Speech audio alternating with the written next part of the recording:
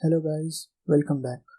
My name is Adil Momin and I welcome you to the second part of the series From Virus to Vaccine, Let's Fight Infodemic. I hope you all are doing well fighting pandemic as well as infodemic. But before we begin, let me tell you a very important thing. It is extremely important and highly recommended to watch this series in order. Only then you will get a complete idea and a clear picture of every concept involved. For this purpose, I would suggest you to use the playlist. The link is given in the description. Now, let's begin. In the previous video, we talked about organism, its characteristics and types. Additionally, we learn about cell, its major parts and their functions. So, today we will start our discussion with nucleic acids, in which we are going to talk about DNA and RNA, their types and their functions. Then in the second topic, we are going to discuss the cell cycle and the different stages of the cell cycle. In the third topic, we are going to talk about mutations, a burning topic, right?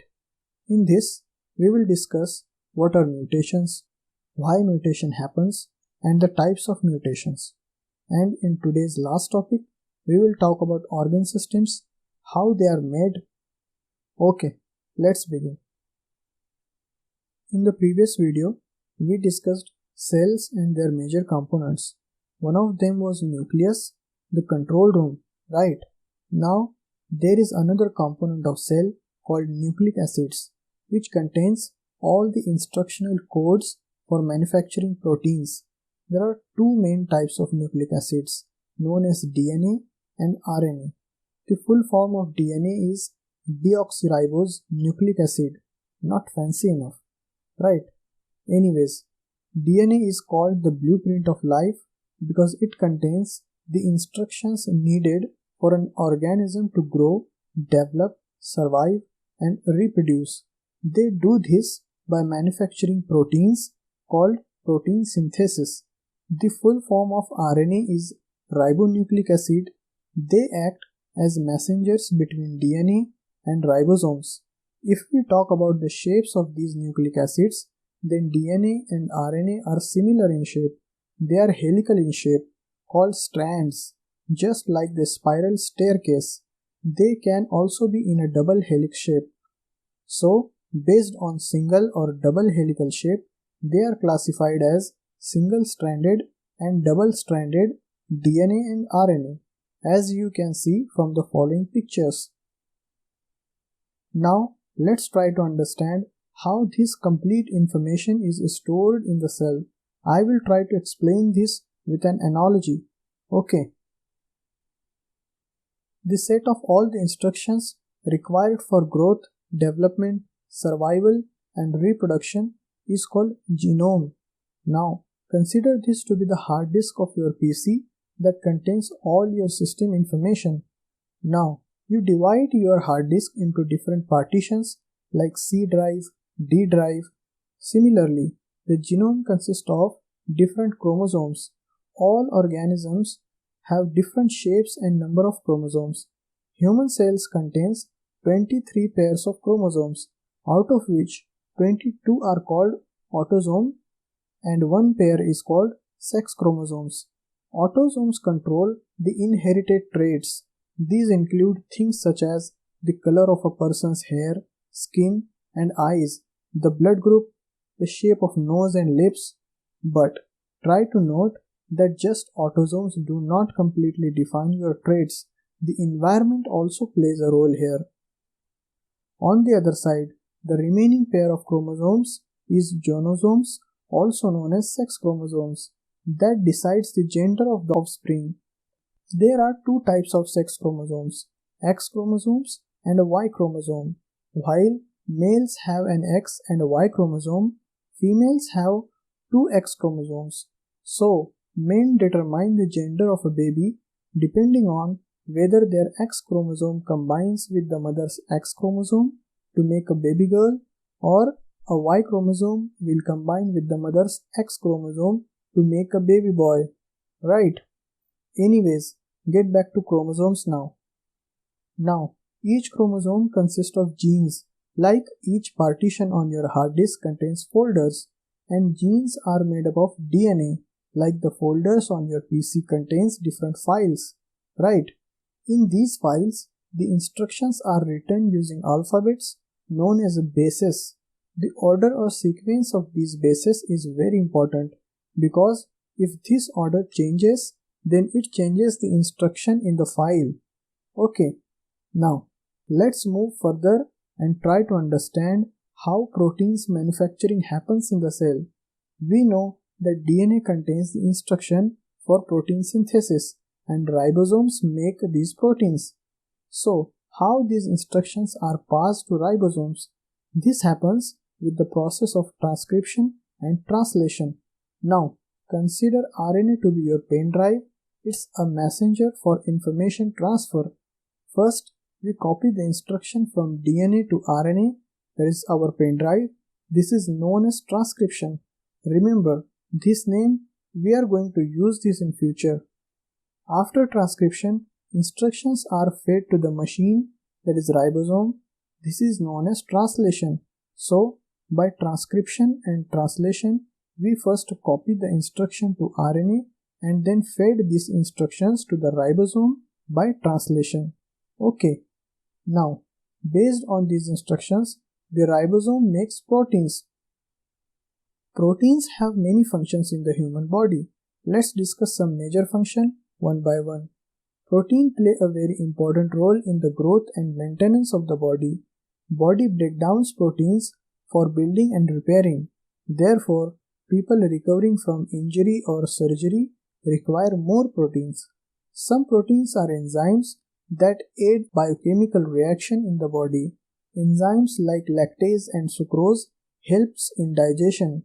Some proteins are hormones which are chemical messengers that aid communication between cells and organs. Insulin is a hormone responsible for the regulation of glucose in our body.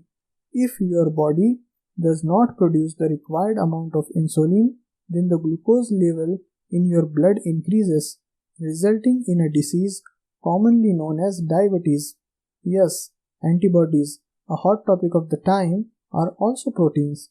We know that antibodies protect us from foreign invaders like viruses. We will discuss antibodies when we will talk about the immune system. Transport proteins carry substances throughout our bloodstream into cells, out of cells, or within cells. Proteins also have a storage role. For example, hemoglobin is a protein that carries oxygen from our lungs to other body organs, and ferritin is a storage protein that stores iron. Now, the next topic is the cell cycle. A cell cycle is a series of events that take place in a cell as it grows and divides. Let us understand these events or steps one by one. In the first step, the just formed cells grow to its full size, just like a child grows into an adult. In the second step, DNA replication takes place, in which two identical replicas of the DNA from original DNA happens. In the third step, the cell gets divided into two cells. This process is known as cell division, and these newly formed cells are known as daughter cells, while the original cell is known as the parent cell. Some science students get confused between cell cycle and cell division.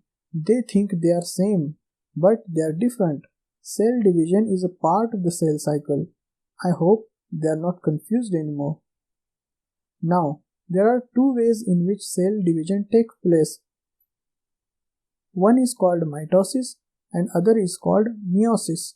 In mitosis, the daughter cells are the exact copy of parent cells.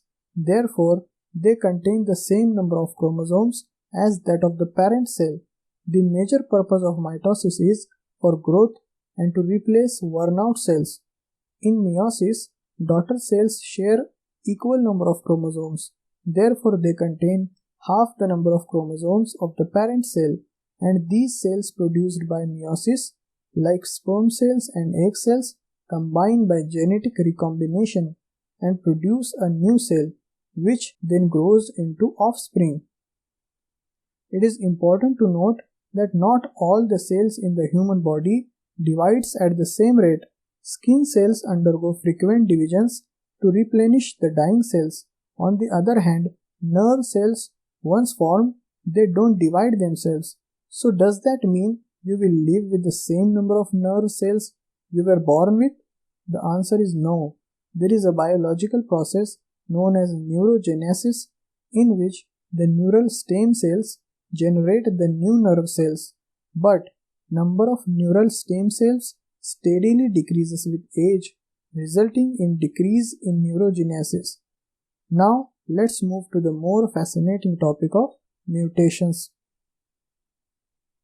In the previous video, I have told you that the sequence of alphabets in the DNA file is really important. If any change happens in this sequence, then it is called a mutation. Now, mutations occur because of two reasons. Firstly, in the cell cycle during DNA replication, the daughter cells are supposed to be the exact replica of parent cell DNA. But if a copying error happens and a newly produced cell is not a replica, then this cell is called a mutated cell. Another way of mutation is environmental factors like ultraviolet lights or cigarette smoking. The human body is equipped to handle these mutated cells. There are repair mechanisms in place to repair these cells. If they are beyond repair, then they are destroyed before they start multiplying by cell division. Now, quickly go through some of the mutation types. In deletion type mutation, a certain part of the sequence is deleted from the DNA. In duplication type, a certain part of the sequence is repeated. In inversion type mutation, the order of some part of the sequence is reversed. In substitution type, a particular part of the sequence is substituted by another part of the sequence. And in translocation type mutation, a certain part of the sequence is shifted to another place within the sequence. So, these are some of the types of mutations. There are many more copying errors possible in DNA. Now, these mutations eventually led to change in proteins made because they cause changes in instructions for protein synthesis. Based on this, mutations can be classified as neutral, beneficial, and harmful mutations. Neutral mutations are changes in the DNA sequence that are neither beneficial nor detrimental to the ability of an organism to survive and reproduce, and most of the mutations that occur are neutral. An example of neutral mutation is genetic variation. Genetic variation is what makes us all unique, whether in terms of hair color, skin color, or even the shape of our faces. Some mutations are beneficial. They led to new versions of proteins that help organisms adapt to changes in their environment. Beneficial mutations are essential for evolution to occur. They increase an organism's chances of surviving or reproducing, so they are likely to become more common over time. The example includes sickle cell anemia, which is a mutation in hemoglobin which gives protection from malaria. This mutation is found in parts of African countries. Some mutations are harmful. These mutations may be caused by aging, exposure to chemicals, radiation, hormones, or other factors in the body and environment. Harmful mutations can lead to cancer or genetic disorders. When cells divide themselves uncontrollably, this led to cancer. But cells has to go through multiple mutations to reach the stage of malignant tumor, and if further mutations happens, then the tumor can become metastatic. That is, cancer cells break away from the tumor and travel through the bloodstream. So, it becomes very crucial that diagnosis of cancer occurs as early as possible because this substantially increases the chances of a recovery of the patient. Genetic disorders are diseases caused by mutations. Some genetic disorders are hereditary, which means these diseases are passed from parents to their children and run in the family. Hemophilia is an example of hereditary genetic disorder. In this disease, blood does not clot properly, and any injury can lead to spontaneous bleeding. But not all genetic disorders are hereditary. For example, the most common genetic disorder, Down syndrome, is not hereditary. In Down syndrome, abnormal cell division results in extra genetic material from chromosome 21. Down syndrome causes a distinct facial appearance, intellectual disability, and developmental delays. Now, let's try to understand two super interesting concepts. Let's start with genes. Genes are the fundamental units of heredity. Genes are a set of instructions that determine what the organism is like, its appearance, how it survives, and how it behaves in its environment. And an organism's collection of genes is known as the genome. It is not known precisely how many genes the human genome contains, but estimates range from 61,000 to 140,000. Now, most genes are the same in all people, but a small number of genes, less than 1% of the total, are slightly different between people. That is, every human have a unique set of genes, though the uniqueness is very small. This unique set of all the genes of an individual organism is called a genotype. Okay, now get back to our two terms. The first one is DNA sequencing. DNA sequencing is a technique used to determine the exact sequence of bases in a DNA. The sequence tells the scientist the kind of genetic information that is carried in a particular DNA segment. It helps to identify the function of genes. In addition, and importantly, sequence data can highlight changes in a gene that may cause disease. Right? Now, there is another term called DNA profiling or DNA fingerprinting. In this process, a DNA profile of an individual is made based on his DNA genotype. This technique is used in forensics for confirming the identity of an individual and also used to determine the biological father of the child. Next is genome sequencing, also called whole genome sequencing. In this process, the exact sequence of bases of the complete genome is determined. Genomic sequencing can provide information on genetic variations that can lead to disease or can increase the risk of disease development. That's why it is really important to sequence the complete genome of an organism to get full insights. You were constantly listening that genome sequencing of coronaviruses is really important. Now you know why, right? Let's jump to today's last topic, organ systems. So, we were discussing cells. Now try to explore how organisms are made. We know that the basic units of organisms are cells, a group of cells that have a similar structure and that function together as a unit are called tissues. There are four basic types of tissues: connective tissues, epithelial tissues, muscle tissues, and nervous tissues. Connective tissues support other tissues and binds them together like bone and blood tissues. Epithelial tissues provides a covering like the skin on the body. Muscle tissues include voluntary muscles that move the skeleton and smooth muscles such as muscles that surround the stomach. Nerve tissues is made up of nerve cells, also known as neurons, and is used to carry messages to and from various parts of the body. A collection of tissues that structurally form a functional unit is specialized to perform a particular function is called an organ. For example, heart. The heart is a muscular organ, that is, it is largely made up of muscle tissues. Its function is to pump blood throughout the body. Another example is blood vessels. Blood vessels are a network of vessels spread throughout the body to supply blood. There are three kinds of blood vessels: arteries, veins, and capillaries. The arteries are the blood vessels that deliver oxygen-rich blood from the heart to the organs of the body. It is interesting to know that the heart also requires oxygen-rich blood for its functioning, and it is supplied by the coronary artery. Veins are blood vessels that carry low oxygen blood from organs to the heart. Capillaries are very tiny blood vessels, so small that a single red blood cell can barely pass through them. They connect the arteries to veins. They facilitate the exchange of certain elements between your blood and tissues. A group of organs that work together to perform one or more functions is called an organ system. For example, the circulatory system, which is made up of organs, blood vessels and the heart.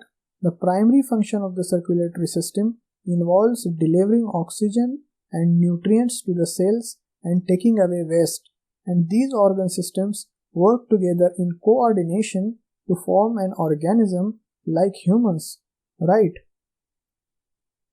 Now let's quickly go through some of the major organ systems of the human body. There are 6 major organ systems in the human body. The first one is the circulatory system, which we saw just now. Next is respiratory system, which we will look at in detail in the next video. Another organ system is the skeletal system. It is the internal framework of the human body, just like the frame of your car. It includes all the bones and joints in the body, providing support and protection to the soft tissues that made up the rest of the body. The nervous system is a highly complex part of an organism that coordinates its actions and sensory information by transmitting signals to and from different parts of the body. The human nervous system consists of 2 main parts, the central nervous system and the peripheral nervous system. The central nervous system contains the brain and the spinal cord, and the peripheral nervous system consists mainly of nerves, which are long fibers that connect the central nervous system to every other part of the body. It's interesting to note that plants don't have a nervous system.